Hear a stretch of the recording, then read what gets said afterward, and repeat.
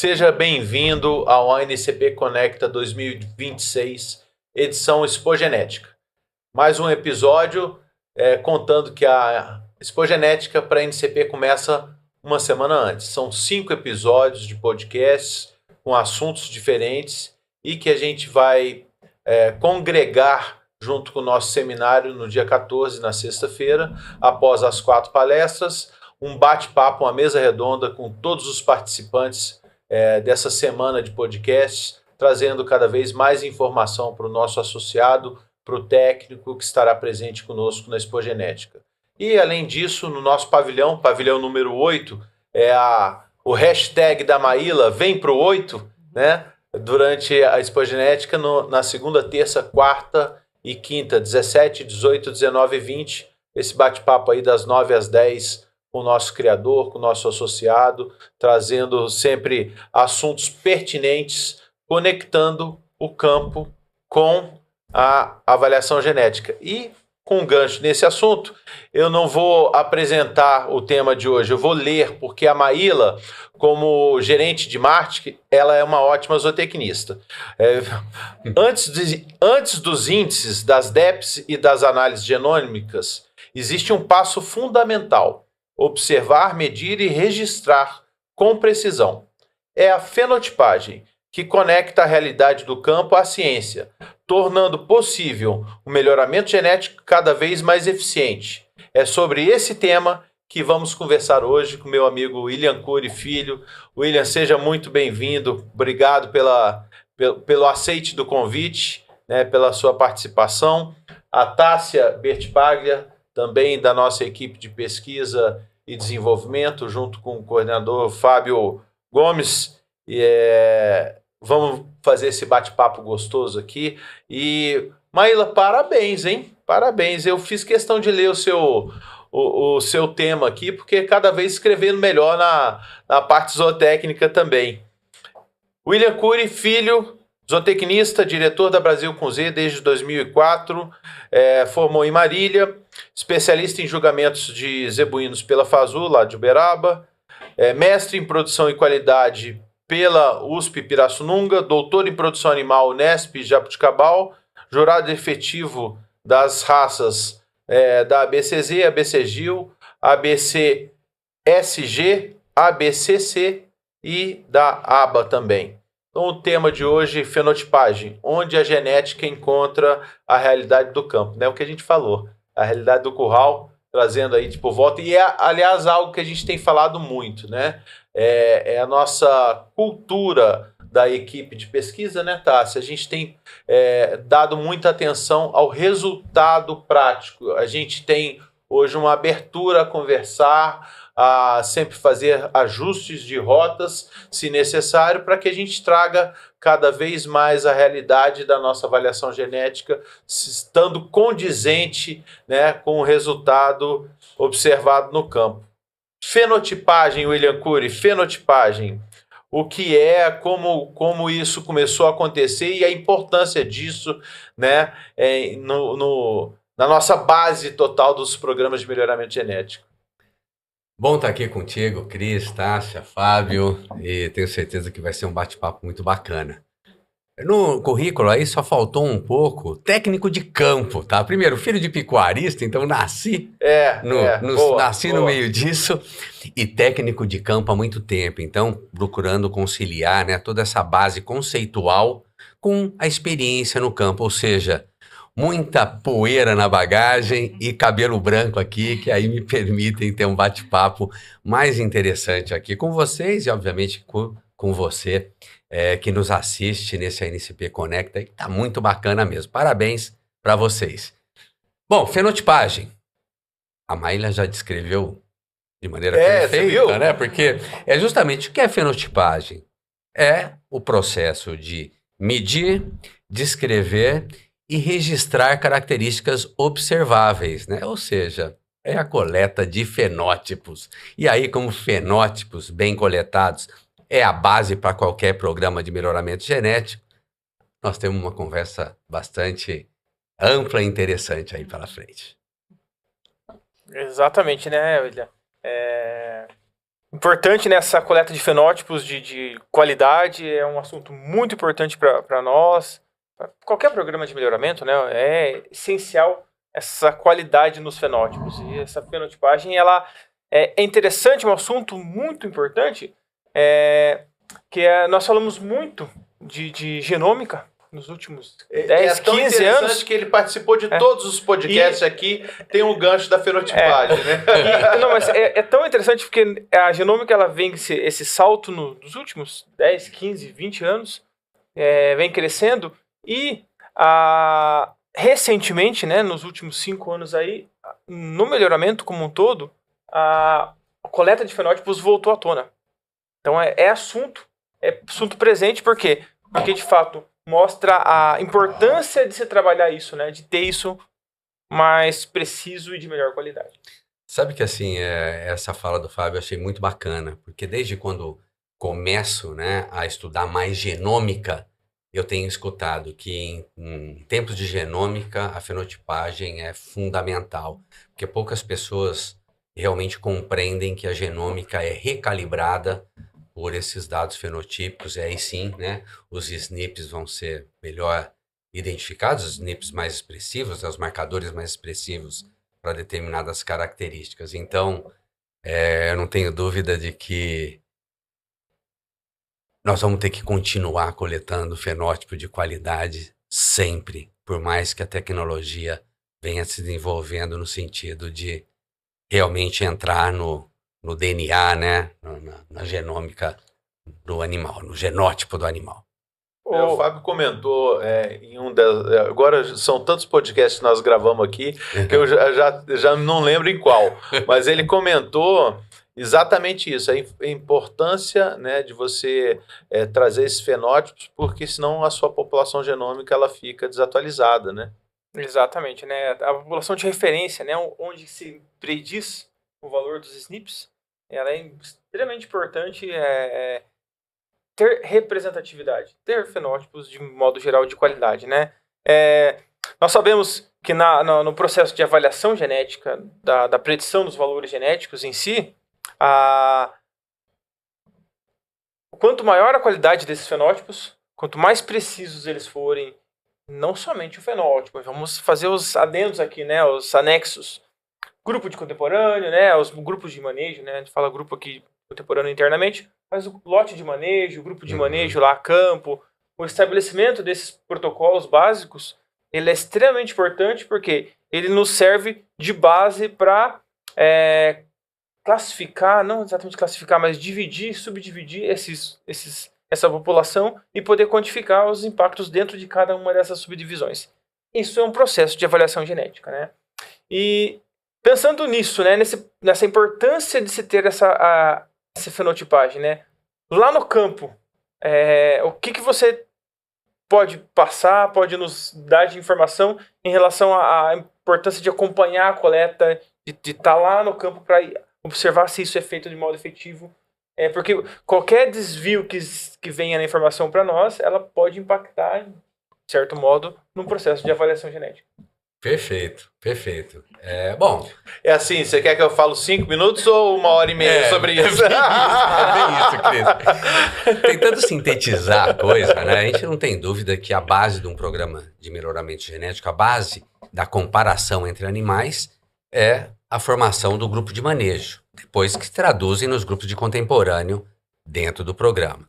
E grupo de manejo são animais, primeiro, né, esclarecendo, que tiveram as mesmas oportunidades na vida para expressar um potencial fenotípico.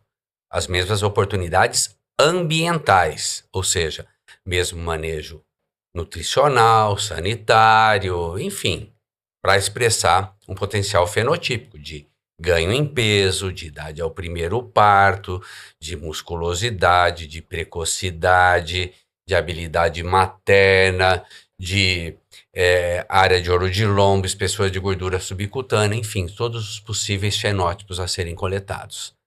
Então, é muito importante a definição desses grupos de manejo na propriedade e que sejam bem informados para o programa de melhoramento genético. E para começar a boa formação do grupo de manejo, a base é a estação de monta. Porque tem gente que ainda não faz uma estação de monta mais precisa. Né? Ou assim, não faz estação de monta. É touro no gado direto, aquela coisa toda. Então, uma estação de monta é fundamental.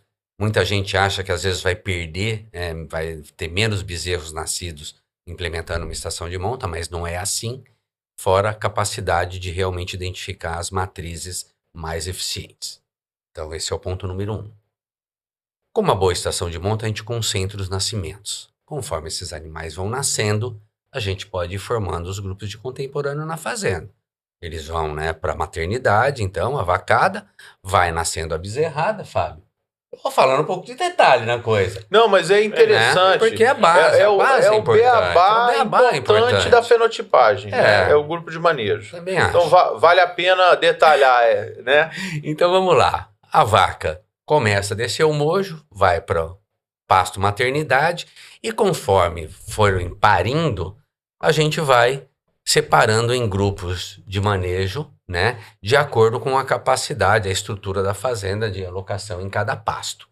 Tem gente que gosta de fazer já grupo de manejo só de bezerro, macho e bezerras apartados, outros fazem grupo de manejo simplesmente pelo período de nascimento. Tá tudo certo. Beleza.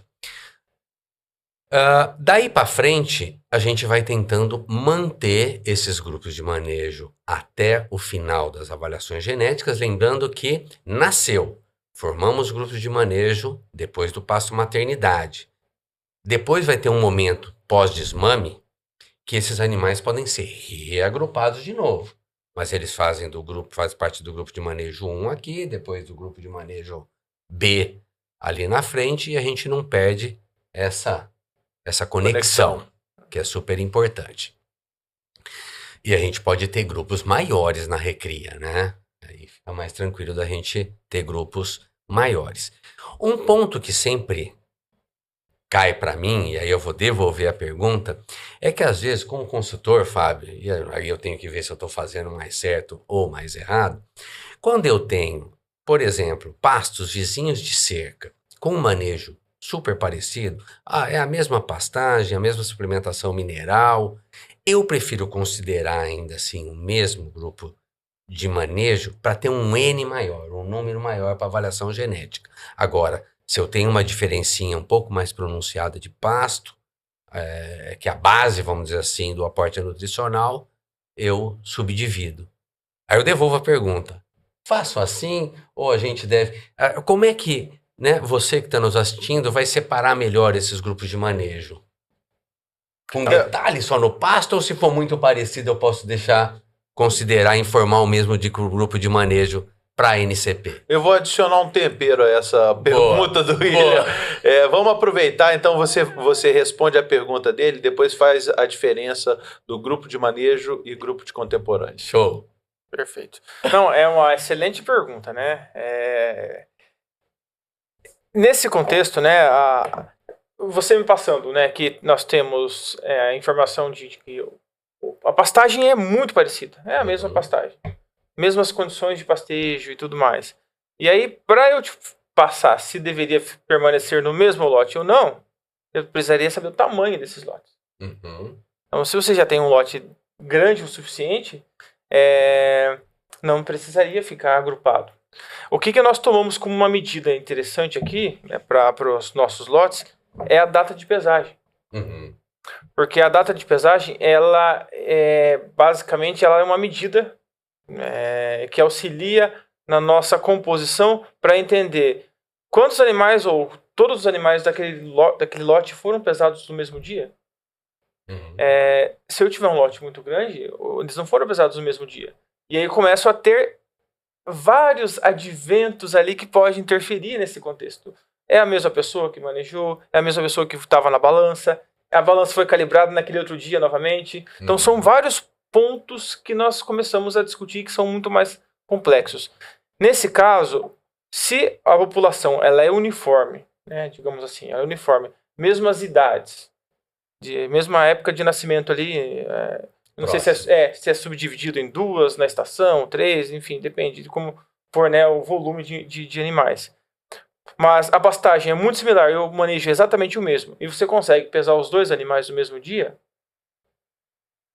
tá tudo no mesmo balanço ali. Ok. Mas se o volume for grande o suficiente, não precisa. Pode fazer separado, que fica muito mais consistente e muito mais confiável essa informação. Mas é importante, é interessante essa pergunta, por quê? Porque a quantidade de informação dentro do lote de manejo, ela é essencial, porque no momento que nós começarmos a trabalhar para formar agora aqui os grupos de contemporâneos, nós precisamos que esses grupos sejam informativos.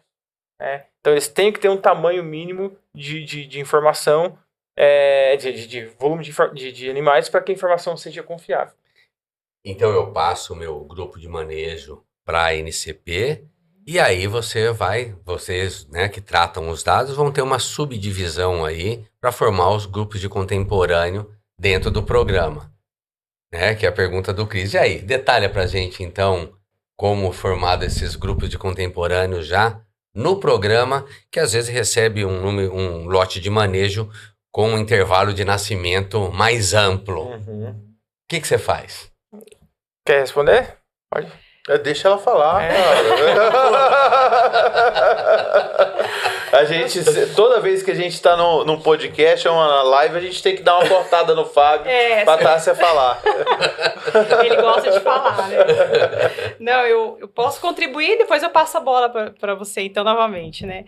Bom, então, quando a gente pensa no lote de manejo, nós estamos falando do que é realizado em cada propriedade, né? Então, ela é particular de cada propriedade, porque cada propriedade, né, é um microsistema que existe ali, né? Então, cada um produz de acordo com o seu sistema de produção, né? E quando nós falamos de grupos contemporâneos, é algo que nós testamos estatisticamente, né? Então, nós pegamos cada variável e essas variáveis, elas são testadas para ver se, de fato, né, elas estão impactando naqueles fenótipos, né? Então, tudo isso é muito bem testado, tratado, né? E aí nós chamamos de grupos de contemporâneos, que são os animais que são contemporâneos entre si, né? Então, nós temos que testar toda essa variabilidade que existe, né, para cada grupo de contemporâneos. Por que tudo isso, né? Por que nós precisamos definir bem a questão dos grupos de contemporâneos? Nós temos que captar ao máximo, né, a variabilidade que existe entre esses animais, né? E para cada fenótipo, né? Quando nós captamos a variância de ambiente, seja ele temporário, né, ou seja aquele permanente, né, e o temporário é difícil, né, mas tendo o máximo de informações que os nossos associados nos mandam, nós vamos capturar toda essa variabilidade e aí nós vamos extrair, né? Então, pensa assim, se todos os animais que participam, né, que são contemporâneos, que tiveram a mesma oportunidade, né, se nós extrairmos toda essa informação de ambiente, o que sobra? Sobra o genético, né? Então, o fenótipo é genótipo mais ambiente. Extraindo todo o ambiente, resta, então, toda a informação genética que nós precisamos, né, para o nosso programa de melhoramento. Só vou jogar mais um complicadorzinho aí nessa sua equação básica, que é a interação genótipo-ambiente. Que essa eu vou te contar, e a gente tem que cada vez mais entender isso, e porque o próprio usuário de genética tem que entender que ele deve buscar uma genética produzida num sistema parecido com o que ele vai recriar esses animais, para ter uma assertividade maior. Mas esse é um tema ainda que eu acho que vai ser muito forte. Tem que amadurecer, tem que ter mais informação. E até complementando, né, em relação à tua pergunta dos lotes ali, nessa situação, o que seria o recomendado? Já que tem que fazer 2 lotes. Faz um de macho e um de fêmea. Opa, isso aí já, esse já é feito. O sexo do animal entra no grupo de contemporâneo. Claro. Aí nós temos grupos vinculados a ano de nascimento, né, que entra no grupo. Ano de nascimento, estação, o trimestre, sexo, manejo nutricional. Depende da característica, nós vamos incorporando mais e mais informação oriundo de que tipo de acasalamento, informações que são testadas. Todos os nossos grupos de contemporâneo, eles são testados, como a Tássia comentou, né, antes do processo da avaliação. Então, ele que é de fato significativo na resposta, né? Porque pensa, por que o grupo é tão importante de falar tanto de grupo de contemporâneo? como ela falou, né? Fica só a genética ali, né? Pensa assim, né? Eu tenho lá um lote de 20 animais. Se eu pensar que todos aqueles 20 animais têm o mesmo ambiente, as mesmas condições, o que muda de um para o outro? Uhum. É a genética. Eu tô sendo muito simplista, né? Muito simplista. Mas é o potencial genético. Esse que é o ponto-chave ali. Mas aí eu penso, e captando, né, nessa conversa toda, vai muito de bom senso, né? Pensando em fracionar mais ou deixar 2 passos vizinhos junto, bom senso do técnico, né, do consultor, do criador, para, vamos deixar isso agrupado que realmente vale a pena, ou vamos fracionar aqui simplesmente porque eu tenho uma cerca no meio, porque o N também é importante. Então é N versus um ambiente o mais igual possível para que a gente possa comparar os animais, né? E aí entra um ponto, né, assim, até... pensando, né? É mais fácil ter um lote, um grupo grande de manejo só na minha estação. Tem um grupo só. Pensar no extremo aqui, né? Tem um único grupo. Mas ela é, de fato, você pensa, né? A mudança de oportunidade que eu tenho dentro daquele grupo. Do animal que nasceu no final da estação do que nasceu no início da estação. Se eu forneço Pro próprio suplemento, né? Claro. Exato. Então, assim, a interação social dos animais, a competitividade dentro do... Então, até aí vai o recado para a turma, né? Então, dentro da recria, a gente tem que fazer força também para separar para o programa de melhoramento genético. É melhor separar por era do que por peso, porque a gente fica uma briga aí, vamos dizer assim, em termos de maior potencial zootécnico e o mais apropriado para o programa de melhoramento genético. Para eu ter uma melhor competitividade numa suplementação, nem que seja um proteinado de baixo consumo, desde 0,1% do peso vivo até 0,3% ou meio, como alguns acabam suplementando na recria, por peso a gente tem menos competição no coxo e por idade a gente tem o ambiente melhor possível para o programa de melhoramento genético. Então vai muito de bom senso, né? Na minha opinião, como consultor, mais uma vez, mais falando da bagagem de poeira e cabelo branco aí que a gente... E você falou da interação genótipo-ambiente e foi um tema que a gente discutiu também, dos desafios do mercado, né? Quando o mercado volta com desafio para dentro do programa de melhoramento, que é a quantidade de projetos hoje, né, que fazem coleta com FIV, né, e tem aí as bezerras sendo doadoras e etc. Então existe um desafio para a gente, porque receptoras, ambientes diferentes, né? E as bezerras, muitas vezes, elas não seguem dentro da mesma fazenda, elas são comercializadas, né? Então, existe um desafio para a gente buscar esses fenótipos, né? Para a gente trazer soluções, né? Para o programa de melhoramento, para ajustes dentro das nossas DEPs, né? Cris, eu vou colocar mais um ingrediente nessa história, né? O primeiro é esse, né? Existem projetos que nascem a partir da compra de 20 super matrizes em termos de avaliação genética e vai multiplicar elas via FIV, fazendo... Né? O primeiro ponto aí que as pessoas têm que entender é que esses animais acabam, num primeiro momento, ocupando o espaço do 0,1%, do 0,5% dentro do programa, acreditando que a genômica é uma verdade absoluta, enquanto, na verdade, a genômica é uma super ferramenta de seleção, mas não está longe de ser uma verdade absoluta. Então, isso aí é só um recado para a turma que está produzindo, né, está num projeto alicerçado por esse conceito, em que a genômica, sim, é uma grande ferramenta para isso, mas que observar uma vaca, né, realmente como ela pare, como ela leita, enfim, como ela realmente interage com o sistema de produção, interação genótipo-ambiente, é importante para a gente ter algo mais preciso. E aí vem a história, né? Então, meu negócio não é só maximizar o MGTE. Olha, eu acho que não. Eu acho que a gente tem que olhar de forma equilibrada para a régua de DEPS, entender o nosso sistema de produção, o objetivo específico que tem e tomar cuidado que às vezes menos é mais. Né? Por que eu estou falando isso? Então, a DEP mais forte de peso sobre ano é bom ou ruim? Ela vai conduzir para um peso adulto maior também, se não tiver junto com a DEP de peso sobre ano trabalhando com acabamento de carcaça, com a precocidade para ter uma curva de crescimento mais precoce. Eu vou conduzir para o próprio peso ao nascer. Se a gente pensar só em índice, como o índice contempla a DEP de crescimento, o peso ao nascer vai subindo.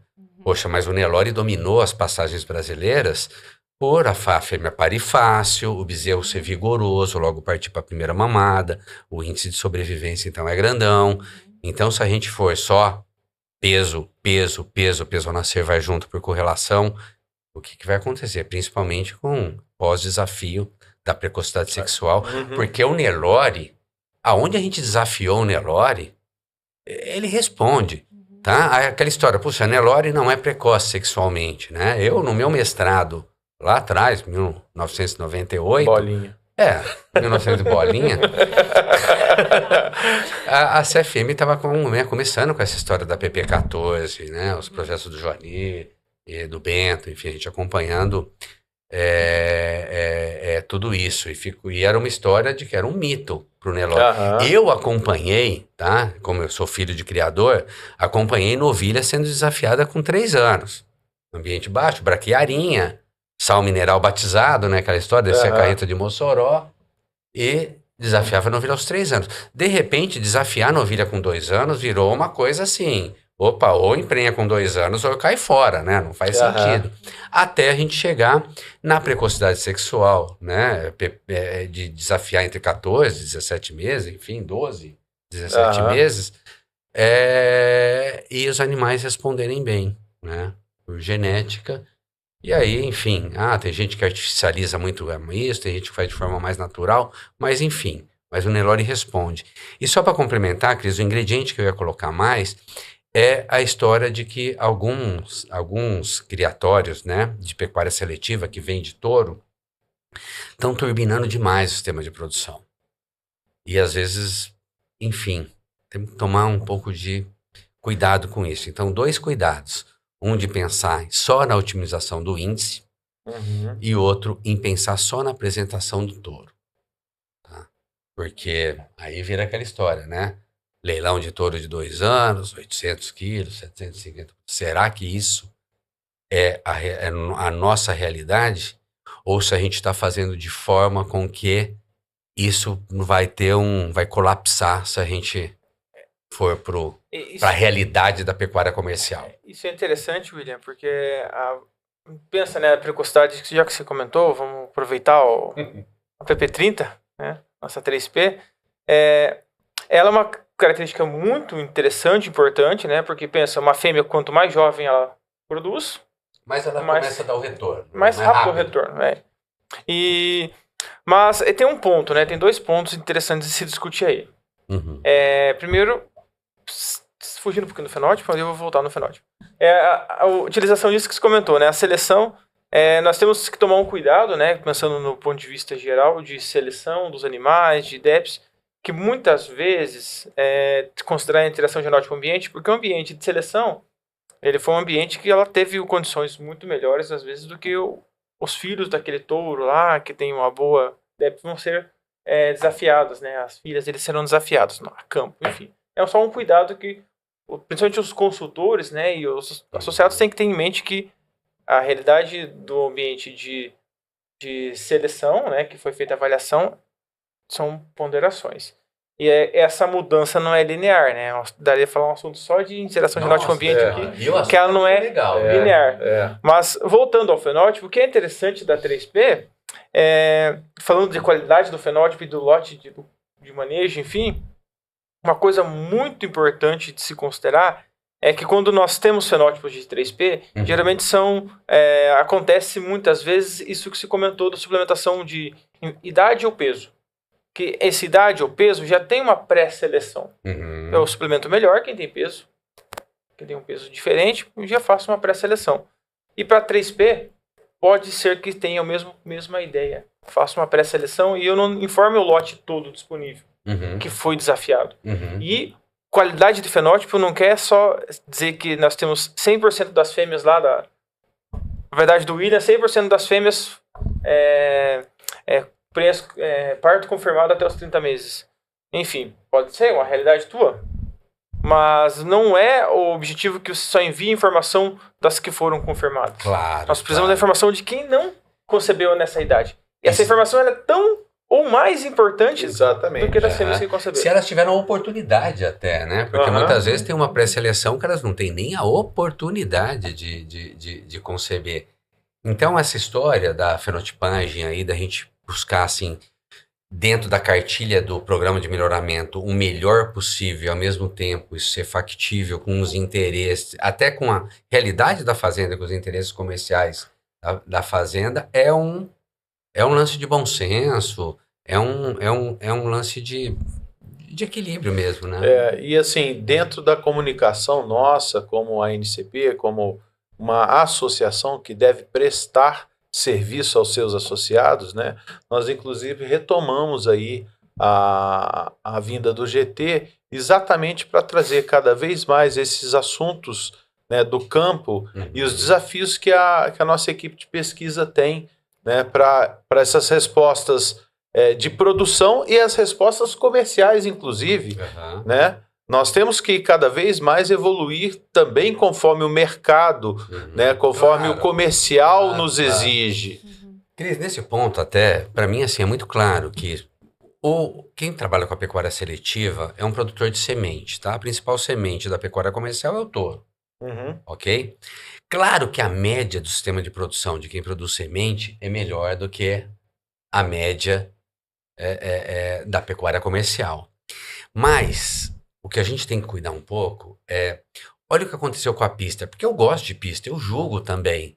Mas falando do Nelore, a coisa distanciou um pouco. Os reprodutores usados hoje na pista são distintos daqueles usados para produzir o touro mais funcional, mais produtivo a campo. E nós não estamos falando de avaliação sem avaliação, estamos falando de uma raça.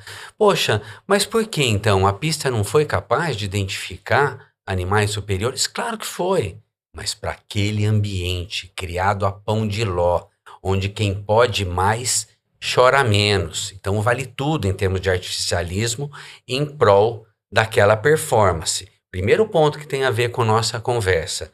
Mas ali então eles desconectaram de qualquer grupo de manejo para a gente poder compará-los de fato. Claro que sim. Nasceu o bezerrinho ali, já é suplementado, vai para a cocheira.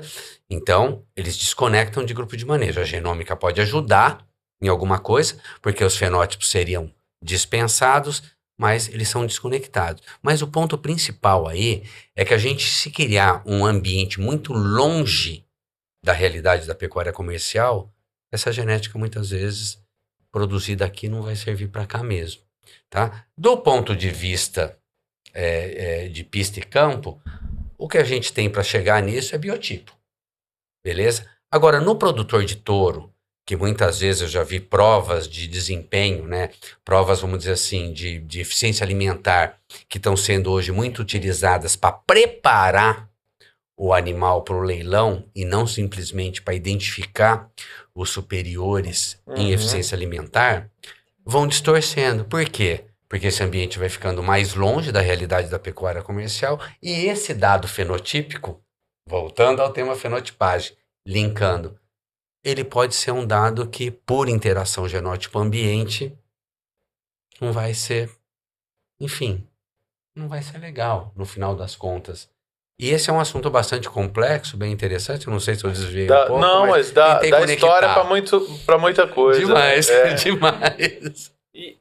E acho que aproveitando, né, esse comentário do William sobre a pista, né, do animal que tem o fenótipo dispensado, isso é um assunto interessante porque quando a gente fala de fenótipo, de aproveitar um fenótipo, nós temos que tomar esse cuidado, por exemplo, deixamos genótipo quietinho, né? Sem pensar no genótipo, vamos pensar de modo geral. Nosso tema é fenotipagem agora, né? Pensando que eu tenho lá um lote, aí vamos pensar um lote de um grupo de animais, todos irmãos, né? Mesmo pai e mesma mãe. Esse fenótipo, esse grupo, ele é informativo? Né? Ferrou, nada. Ele é informativo? Nada. Então, assim, é uns cuidados que nós temos que... Mas explica melhor esse tema. Então, vamos dizer assim, qual que é o mínimo para a formação do grupo de manejo que vocês possam utilizar? E qual é o mínimo também de variabilidade de pais para que isso seja um dado comparável, útil para o programa? Eu falei que nesse bate-papo aqui eu vou começar a fazer umas perguntas também.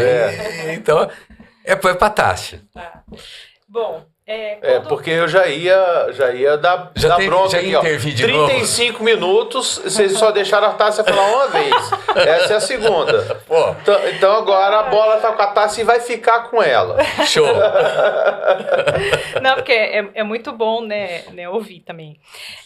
Bom, quando a gente pensa no que esses dados, né, quando os dados chegam para nós, né, quanto mais informativo for, para nós é melhor, porque depois, na manipulação, algumas informações acabam sendo perdidas, né? O que é essa manipulação, né? Nós temos que olhar a qualidade dos dados. Perfeito. Então, quando esses dados chegam para nós, eles passam por um pré-filtro e depois por um filtro, né? Isso é consistência, né? Consistência, análise de consistência, exatamente. Boa. A primeira análise de consistência é feita pela equipe da base de dados e a segunda é feita por nós, que aí nós vamos avaliar se aqueles dados estão... tem qualidade, né? E depois nós vamos capturar, né, o que eles... Se eles são estatisticamente...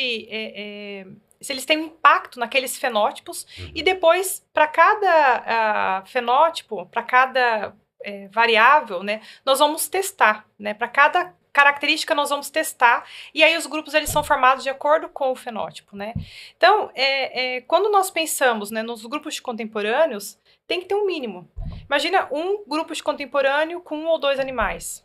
Não está sendo informativo, né? Por quê? Eu posso estar pegando justamente os animais que são irmãos, os animais que são os melhores, né? E aí volta aquele assunto da questão do isolamento, da, né? pré-seleção. Da pré-seleção, exatamente. Então, o grupo de contemporâneos, ele tem que ser grande, ele tem que ter 5, 6, 7, 8 animais, 10 animais, né? Então, quanto maior o número de animais tiver ali, melhor para nós capturarmos justamente, né, essa variabilidade que existe entre eles. Agora, é o seguinte, uma coisa que é interessante e que você até começou a apontar é a questão dos reprodutores. Então, tem que ter uma coisinha que a gente chama no melhoramento de conectabilidade, né? O que significa isso? Eu não posso também ter só no grupo de contemporâneos os filhos do mesmo touro. Eu tenho que ter, no mínimo, pelo menos ali, tem que ter 2 filhos de 2 touros.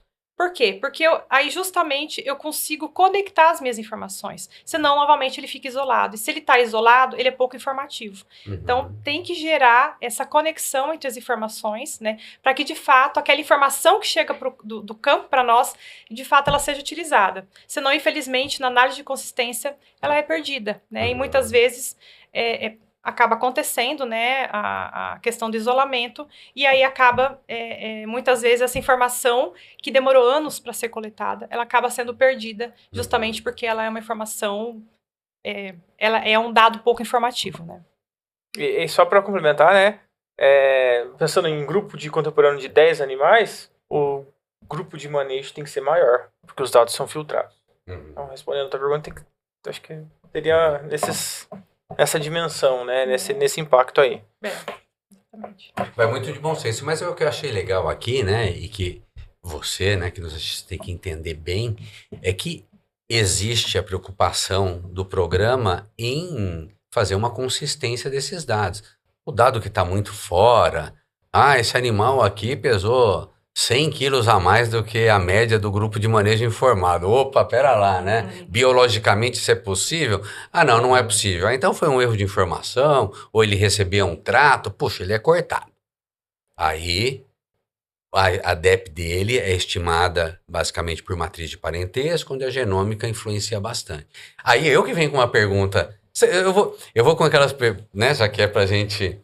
Uma pergunta que eu sei que a resposta é complexa, mas se a gente puder entender um pouco melhor.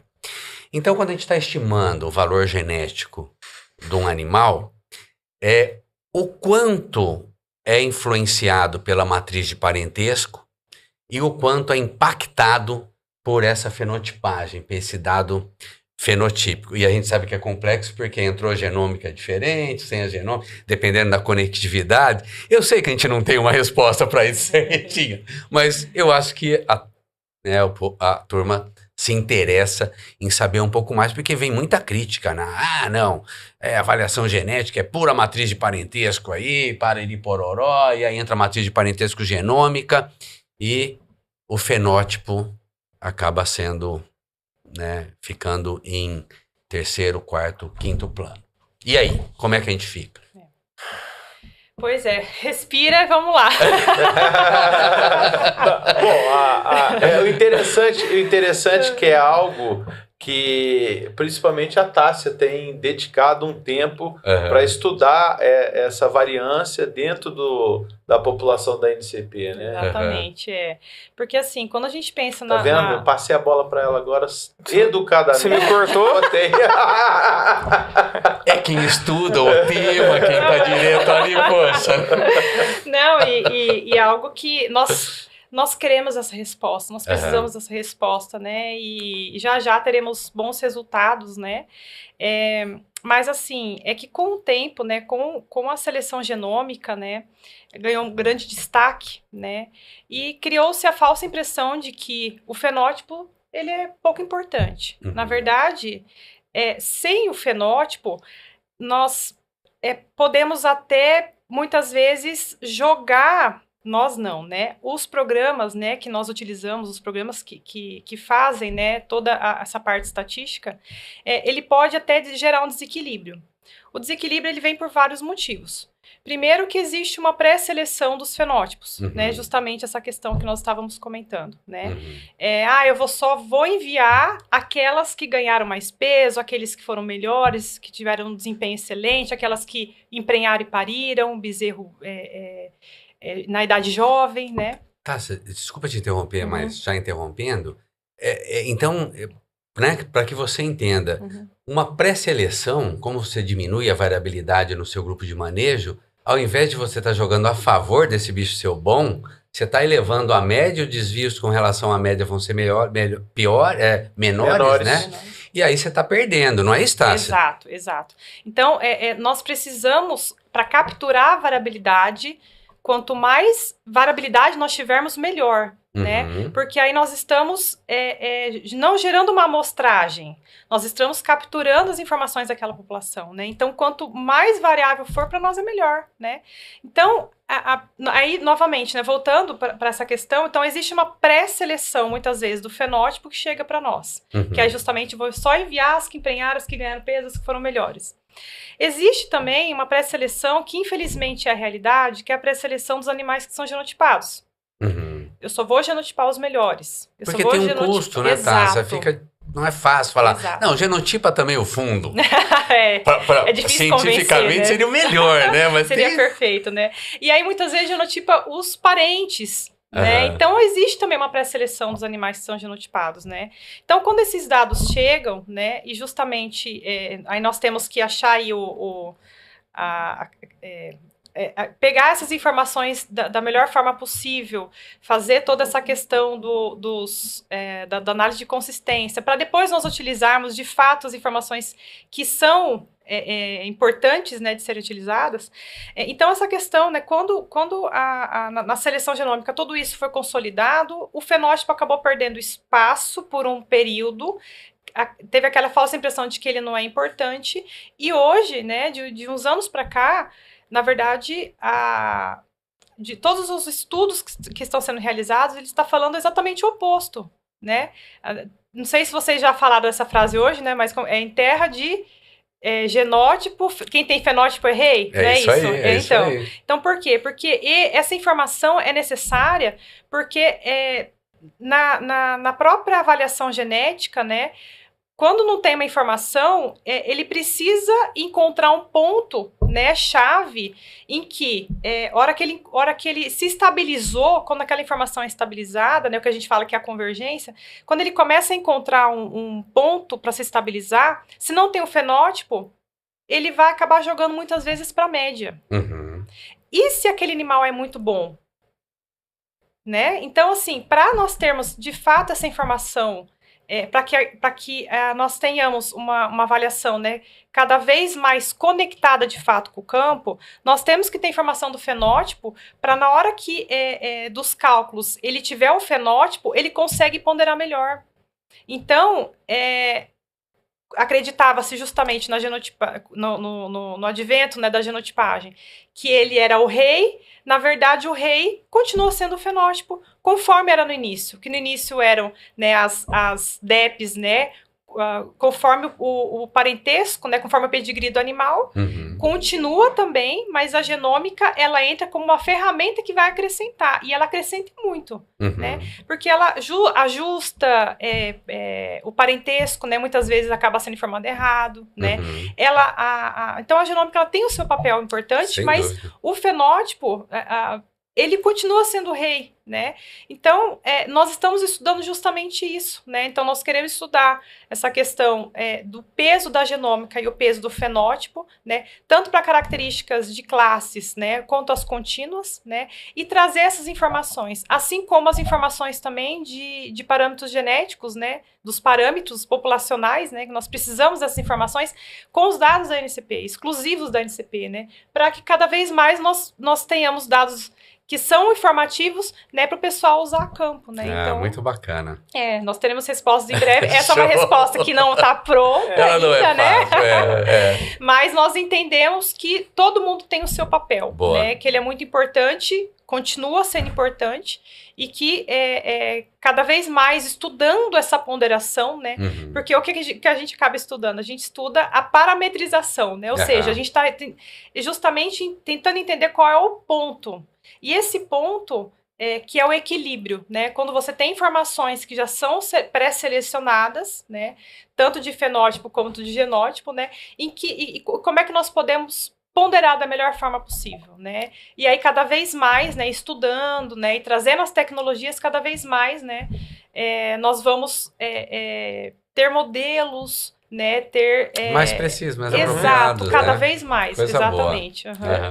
Só para acho que resumir não, trazer mais um complemento, né, do fenótipo. Não dava na tua pergunta, mas acho que complementa. A questão do que mais vale na predição de uma DEP, começar num touro, é os filhos fenotipados. Sim. Fenótipo de filho. Aí nós temos a expressão do que nós esperávamos no animal. Aí é a prova. Tem uma frase lá, o Cris, que foi aluno da FASU aí, que é uma frase antiga lá, que a gente usa. Ouve em Uberaba, né? Não sei nem quem é o autor, Cris. Mas que diz que o animal mostra o que ele parece ser, a genealogia o que ele pode ser, e a progênie o que ele realmente é, né? Lembra essa daí? Aparecia nos... Eu gosto dela, é antiga, mas é boa. E é a realidade, né? Ela é a prova, né? Se ele realmente é bom, né? Exatamente, porque ali é o produto, é o objetivo final, né? E realmente, se ele era um bom pai ou uma boa mãe, é ali que vai estar expresso, é ali que vai estar informado aquela questão, né? E, assim, essa questão da genômica é tão interessante porque a gente discute. E, assim, um ponto simples. A Tassi comentou da pré-seleção lá dos genotipados. A pré-seleção dos genotipados faz com que a contribuição genômica em relação à genealogia, ao fenótipo, ela tem um balanço diferente. Se genotipasse todo mundo, podia ponderar mais, né? Assim... Nesse ponto, a questão é... Porque teria os desvios mais claros. Desvios em frequência de sleep. Só que assim, a ponderação... É melhor, né? A ponderação ela é padrão. Só que quanto melhor é a informação genômica em relação à genômica, ao fenótipo, quanto mais informações de melhor qualidade entram na avaliação genética, o próprio modelo se ajusta a essa informação. No cenário que nós temos atualmente, a gente sabe que a genômica, ela ganhou impacto. Tá? Mas é pelo modelo atual de quantidade de genótipos, de fenótipos e de outras informações vinculadas a esse modelo. No cenário ideal, todo mundo genotipado, todo mundo fenotipado, aí seria um equilíbrio legal. Um ponto só para a gente concluir esse tema de genômica, que para mim tem ficado claro como consultor, e também não sei como é fácil da gente lidar com isso, mas eu tenho sentido que a genômica versus quantitativa, só quando você não tem o genótipo do animal, ela parece superestimar os valores genéticos. Assim, pelo menos eu sinto que é claro que tem um confundimento, porque se a gente genotipa uma cabeceira, é a tendência que, no genotipo fundo, a tendência é que esses animais realmente se adeptem quantitativa a parte do valor, da estimativa do valor do gameta médio. Se a gente genotipa uma pré-seleção aqui, eles tendem mesmo a melhorar os valores, a estimativa dos valores genéticos. Mas isso é claro também para vocês ou como é que faz? Porque eu tenho falado até para os meus clientes, até vamos dizer assim, tem o processo, tem o tema relacionado à seleção e a própria comercialização. Entende? E aí eu tenho sentido que genotipando tem subido um pouco os valores genéticos e a gente vai ficando cada vez mais obrigado, entre aspas, a genotipar uma quantidade maior de animais por essa pressão comercial. Isso está Nos assuntos. nos assuntos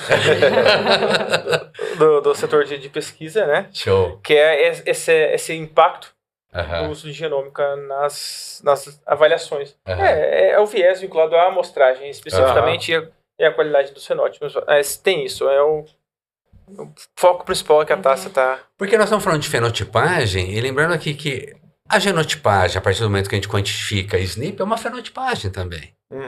Porque você está enxergando ali, tem ou não aquele marcador para... É meio louco falar isso, né, ou não? Bom, vamos dar sequência então aqui. Esse assunto vai longe, né? Vai Se a gente demais. conversar, que nós estamos conversando tá falando de genótipo, de fenótipo, não tem como falar de genótipo também, né? Que eles se complementam, né? Na verdade, o genótipo ele acaba auxiliando, né? Nas avaliações, então não tem como não falar, né? Você como consultor, você também é pecuarista, né? Técnico, né? Você vai muito para o campo, né?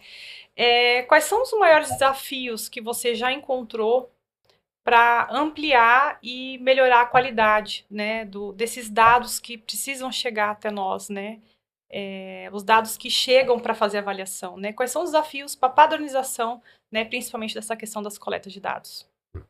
Bom, é o criador enxergar que grupo de manejo é a base mesmo, é fundamental, então é mais importante em termos de informação. O cuidado na parte comercial atrapalha muito a formação desses grupos de manejo. E quando não tem jeito, né, o criador vai fazer um leilão de bezerra, por exemplo. Ele tem que suplementar um lote de bezerra. Realmente informar que é um lote suplementado. Joga todo mundo junto, né? Joga todo mundo junto. Enfim, bom inimigo do ótimo. E porque às vezes ele isola um animal, né?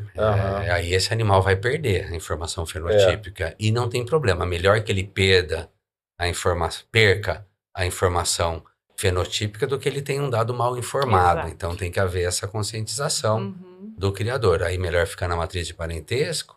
Se genotipar, beleza, melhor ainda. Ganha acurácia.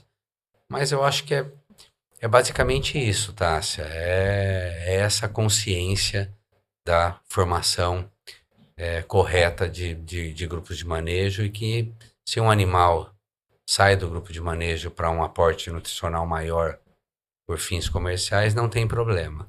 Só informar ou não informar, entende? E é um desafio também essa questão, né? Porque quando a gente pensa nesses dados, né? Não é só fazer estruturação zootécnica, não é só enviar corretamente, né? Mas quando tem essa concentração dessas informações, né, elas facilitam o manejo, né? O dia a dia, Sem dúvida, né? sem Então, eu dúvida. acredito que você também tenha, com o tempo, né, tem observado isso também, você como pecuarista, você também enxerga essa Sem importância, dúvida. né? Você sabe, assim, indo no rumo dessa prosa, o criador tem que entender que um programa de melhoramento genético, além de trazer ferramentas, né, diretamente ligadas à seleção, é uma ferramenta de gestão benefício de fantástica, manejo de gestão é muito grande, sabe? A próprio ponto da estação de monta que você falou anteriormente, Poxa, a concentração dos nascimentos, as desmamas, enfim. Facilita tudo na propriedade. Facilita tudo, Cris. Então é gestão. E a correta gestão vai fazer com que você tenha grupos de contemporâneos melhores formados e além obviamente, de quantificar de forma mais precisa quem é melhor e quem é pior de fato. Willinho, nosso alerta vermelho ali já começou a piscar. E pensando aí no melhoramento genético, nessas inovações todas que a gente tem passado, quais são os próximos passos? O que você acha que pode vir aí em termos de fenotipagem, né, do uso de ferramentas, inteligência artificial, enfim? Cris, a IA veio para ficar em todos os segmentos. Quem não... nós falamos isso há pouco na parte de coleta de avaliação visual, né? Isso. Mas assim, agora de uma maneira um pouco aqui, mais né, ampla. Cabe. Então, acho que nos diferentes segmentos a gente tem que aprender a usar a IA. E no nosso segmento de fenotipagem ainda tem muita coisa a ser desenvolvida. Pelos desafios ambientais em coletar esse dado num ambiente hostil, né? Em luminosidade, tudo isso influencia a você desenvolver um produto primeiro um hardware adequado para essa coleta de dados, e aí a gente tem a evolução das câmeras 2D, 3D, mesmo a câmera, né? Enfim, tem evoluído muito. E a própria capacidade, sabe, da gente com essas interferências de ambiente, velocidade que o animal passa, sobreposição de um animal com relação a outro, e aí isso pode interferir as coletas de qualquer fenótipo, desde peso, onde nós já temos empresas, né, desenvolvidas com capacidade de estimar um bom peso a partir da imagem, que pode ser com uma acurácia X, uma câmera só superior, com uma acurácia Y, com uma câmera superior e lateral, enfim, eu acho que a gente tem bastante o que evoluir ainda na fenotipagem em animais. Como é um assunto que me interessa demais, eu tenho acompanhado, por exemplo, em vegetais, onde o ambiente é mais controlado em termos de luminosidade e tudo, a coisa está muito avançada, sabe? Está muito avançada mesmo, fenotipagem vegetal. E eu creio que o caminho para a fenotipagem animal também só vai evoluir aí nos próximos anos. É um caminho sem volta, Cris.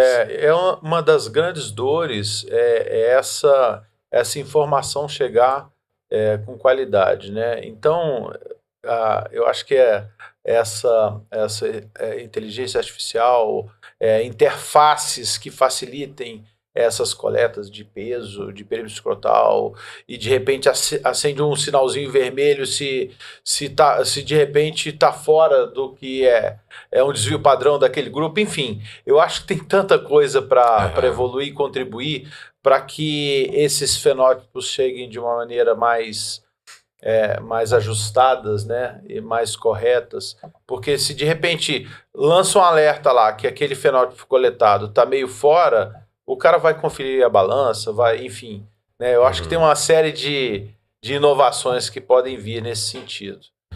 Fábio, palavras finais aí, nosso alerta ali está piscando. Bom, é um assunto, acho que extenso demais e muito... tem possibilidade de fusões bem bamplas, mas é muito importante, né? É importante essa visão do William, né? É sempre interessante... Um prazer conversar e bater um papo com ele. E tem essa visão do campo sobre a importância, né? O fenótipo é muito importante. Nós precisamos, quanto programa de melhoramento, de fenótipos de qualidade, em quantidade e qualidade. Então, é importante continuar fenotipando. Tássia? Primeiro, quero te parabenizar, né? Porque você, o criador, né, da Epimuras, né? Eu conheci o William primeiro fazendo um dos primeiros artigos que eu fiz, que foi com Brahma, Epimuras em Brahma, e aí eu estudei bastante o seu material, né? Muito, muito interessante, né? Algo também que já teve do podcast, né? Já teve, que vocês já conversaram. Mas parabenizar pelo seu trabalho, da sua esposa também, né? Que eu sei que vocês estão juntos nessa, né? E também você como consultor, né? Que contribui, né? Levando essas informações, né? Para o criador, conscientizando, treinando, né? Então, é o papel do consultor que tem nos auxiliado tanto, né? E esses treinamentos que nós fazemos, né? Conversa com os consultores, tem agregado os dois lados. Então, agradecer, né? Obrigada pelo bate-papo, né? E fica aí também o convite para os próximos, né? Assunto tem, né, William? Assunto tem. Demais. As suas considerações finais, então. Cris, eu queria agradecer a oportunidade desse bate-papo tão gostoso. Eu fico contente em estar mais próximo da equipe técnica da NCP, enfim, onde eu tenho sempre a oportunidade de aprender muita coisa, essa troca de experiências, eu acho muito legal. E é isso, estamos juntos. E obrigado pela oportunidade e que, enfim, que cada vez mais a gente crie essas oportunidades de troca de ideias. Eu acho que isso só soma. Para mim, soma demais. Para todos nós, né, e para o nosso associado, porque trazer informações sempre atualizadas, né, da realidade de dentro da NCP, congregando com a realidade do campo, né, e essa nossa necessidade de conexão é exatamente um dos conceitos, né, do NCP Conecta 2026. Então, essa foi mais um programa da edição Expogenética 2026. Lembrando a vocês que nosso seminário no dia 14, sexta-feira, 14 de agosto, vai estar trazendo todos esses 5 assuntos que foram exibidos durante a semana anterior. Vamos trazer esses 5 assuntos para congregar aí numa mesa redonda, um bate-papo gostoso com as 4 palestras que vão estar presentes no dia, né, na sexta-feira, dia 14. Então, muito obrigado a todos. Acompanhem aí todos esses episódios através das nossas parcerias, né, do canal do Criador, do aplicativo Lance Rural, do Remate Web, e também nos canais oficiais da NCP, YouTube e Spotify. Muito obrigado, a NCP Conecta 2026, 30 anos de história.